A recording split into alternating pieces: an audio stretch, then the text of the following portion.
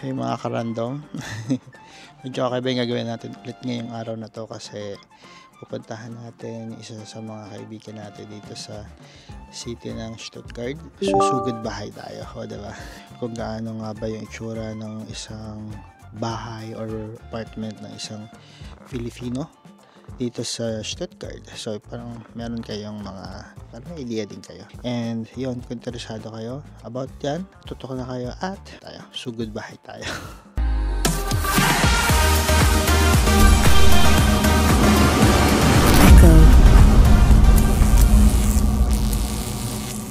Meron sila ditong upuan.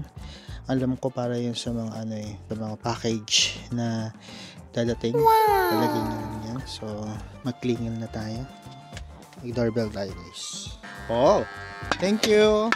Yung building nila actually, nandito lang sa 30 minutes mula sa city.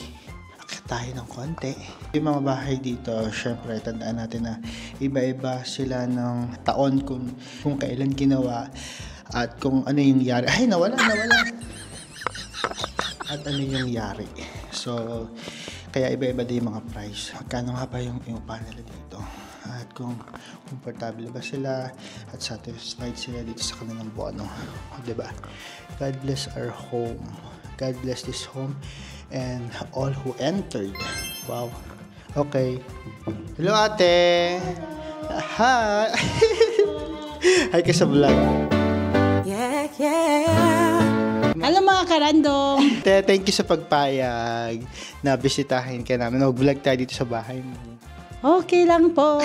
Mag-house tour tayo, di ba? Dry simmer, 3 bedrooms. Sa atin kasing bedroom ay yung bedroom natin na matulugan. Dito kasi kasama ang sala sa kwinta ng simmer. 3 room. Ilan taon ka na dito sa Germany? 5 years. Sa 5 years, ito na agad yung bono mo yung Hindi. Galing ako sa Black Forest. Pagdating ko to sa Germany, doon akong trabaho sa Reha Clinicum at saka Einzel Simmer. Isang simmer lang yon yung punong ko. Tapos mas mura man doon. Something 550 pero yung isang simmer parang studio type sa atin. Tapos yun, mobilier na yun. May mga appliances na lahat doon. Nasikaso ng hospital? Oo. Ilang years ka doon? 2.5 years. Tapos lumipat ako dito sa Stuttgart. Malaki na ang renta. So, 700. Pagka single room? Then ito. 1,000, something 1,200. Ikaw pa yung namili ng mga gamit? Or Dito ako namili ng gamit. Ang kitchen, provided na ang kitchen. Pero nagbayad kami, hindi na nagbayad. Binabayaran pa rin. Sila lang yung nagkabit. Sila nagkabit. Kasi dito kasi sa Stuttgart, may mga tinatawag na Verschenken. So, ang ibang gamit, galing sa iba.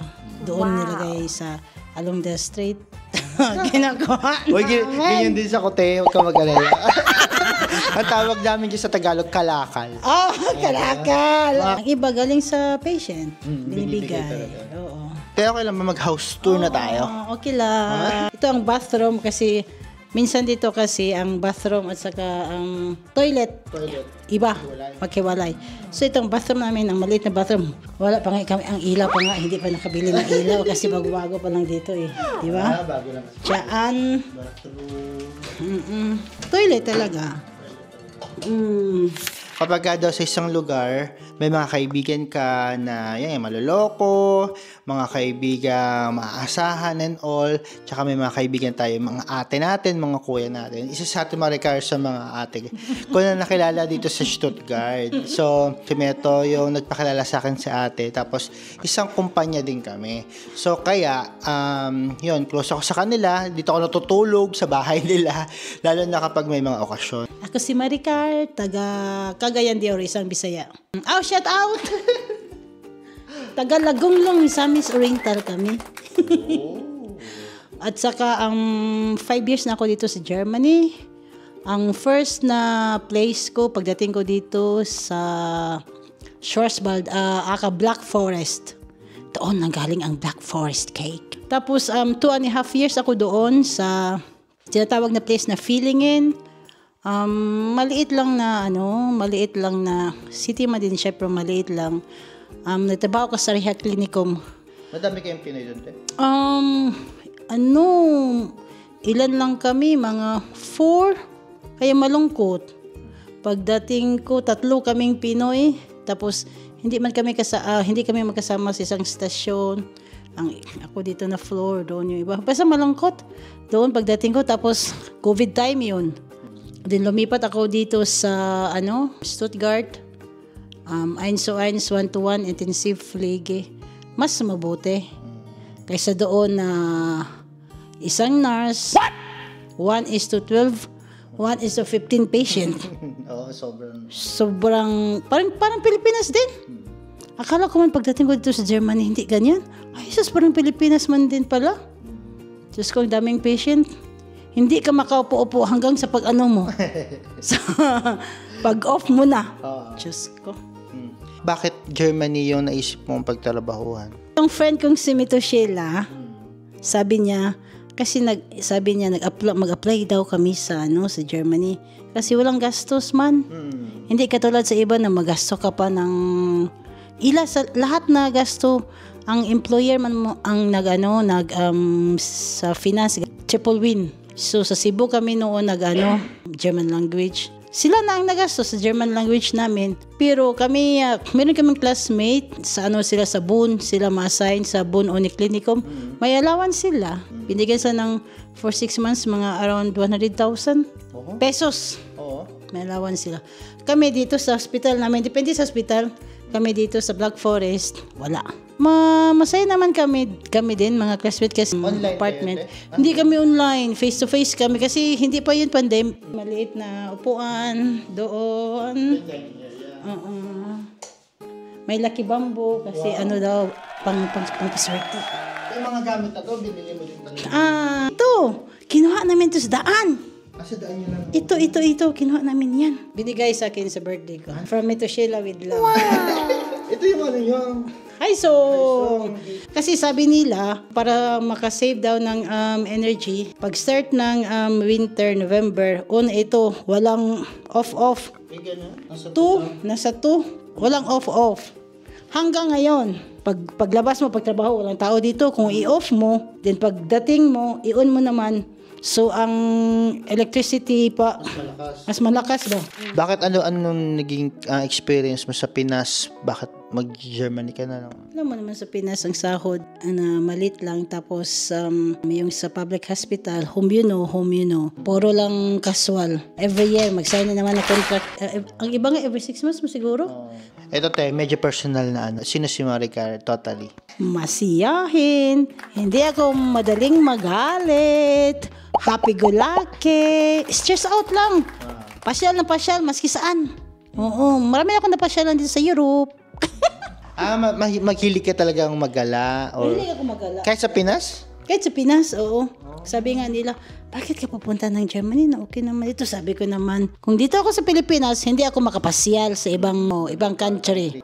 Di ngayon, halos naubos ko na ang European country. Ito ang kwarto ng anak ko. Kwarto ni Kakay. Ni Kakay, tingnan natin. Tingnan daw, bawal. Hi ka lang. Hi. After 2 weeks na may interviewin natin, kasama ng mga tropa niya. So, abangan mga FS Youths. Diba? Mga volunteer. Itong kitchen namin, di ba? Wow! Itong kitchen namin, di ba? Kopiko. Blanca. Dili mo din. Kopiko greatest pala. Just ko. Sa memes. At yung usually ganitong kagandang kitchen, magkano tong ganito? 6,000. Lahat na ito man. 6,000 ka lahat? Lahat naman to. Ito, may oven. Kasi dito, nagtatamad-tamaran ng maghugas ng plato. So, ganyan. Wow. Pool machine. Tawag sa Tagalog. Hugas ng plato. Kasi naghugas ng plato. Microwave, ito, hindi to kasama sa, sa kitchen, mga bili ko nito. Air fryer, kailangan talaga air fryer din. Ito kasama to, ref. Yan, at saka ito. Ito lahat. Siyempre, Pinoy, may rice cooker! Halos sa lahat ng bahay na pinuntahan natin, dito sa vlog natin. Siyempre, mga Pinoy, mayroon rice cooker. Hindi mawawala yan. Pang diet, maliit lang ang maluto. Ito, Yang mga glass na yan, mga bigay din yan, mga bigay ng mga patient ng mga lola.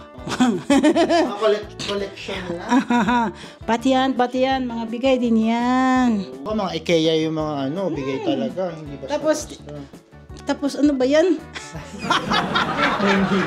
Tapos itong kwarto ko, ang gulo-gulo. Yan lang. Ay, ito, bigay din ng patient. Diyos ko. Ito, binili ko yan. Lagyan ng shoes. Yung mga ganito items, saan usually nabibili at saka magandang bumili? Amazon man binili ko. Meron man din sa IKEA. Meron man din. Sa Maganda man din sa IKEA. Then, punta tayo sa living room, sa sala. Ito ang maliit na sala namin. Pwede kaming magkaraoke. Paint na violet. Sino nag-isip niyan? Wala. Nakapinto yan dito. Pagdating namin, ganyan na yan. Mahilig ka talaga sa bulaklak, te. Oo, flower. Yung kapatid ko sa kaibigan ko sa New York. Napunta ka ng New York? Last October. Galing dito ng patient, pang paswerte ito mga bato-bato, mga stones. Stones? Tingnan mo, stones. Napansin ko parang madami ka mga bags. Yes, mga bag, mga babae. Ay, Ano yung favorite mo bag? ito, coach. Nagko-collect ka talaga or? Winter pa man, ag-zero pa man sa umaga, ag-negatiban, pero nilabas na ng anak ko ang electric fan. Excited na siya mag-summer. Iyon ang kapitbahay, isang building din, malaking building. Kasi yung Terrace, balcon. Hindi kasi masyadong maka-walking, so itong ginawa. Wow. Walking pad. Wow. Tuwing kailan ka tatakbo-takbo dyan? Kung walang trabaho, kung kuan, or everyday, mga 30 minutes, 20 minutes. Dalawang yung anak ko, ang isa kasi 27 na siya, 27. Tapos hindi yun makapunta man dito. Siguro, bakasyon lang kasi nag-aral lang low. So doon na talaga yun. Kasi hindi naman yun ma-transfer yung low doon. Low dito.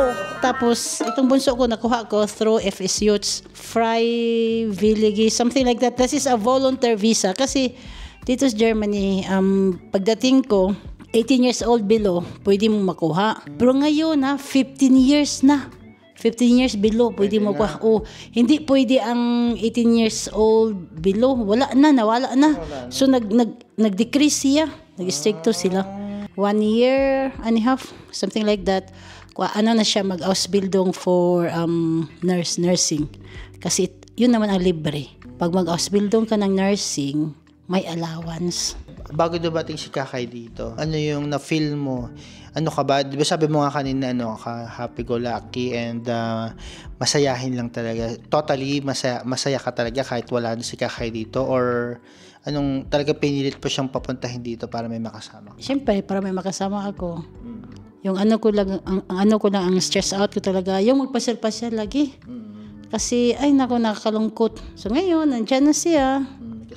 May kasama na ako.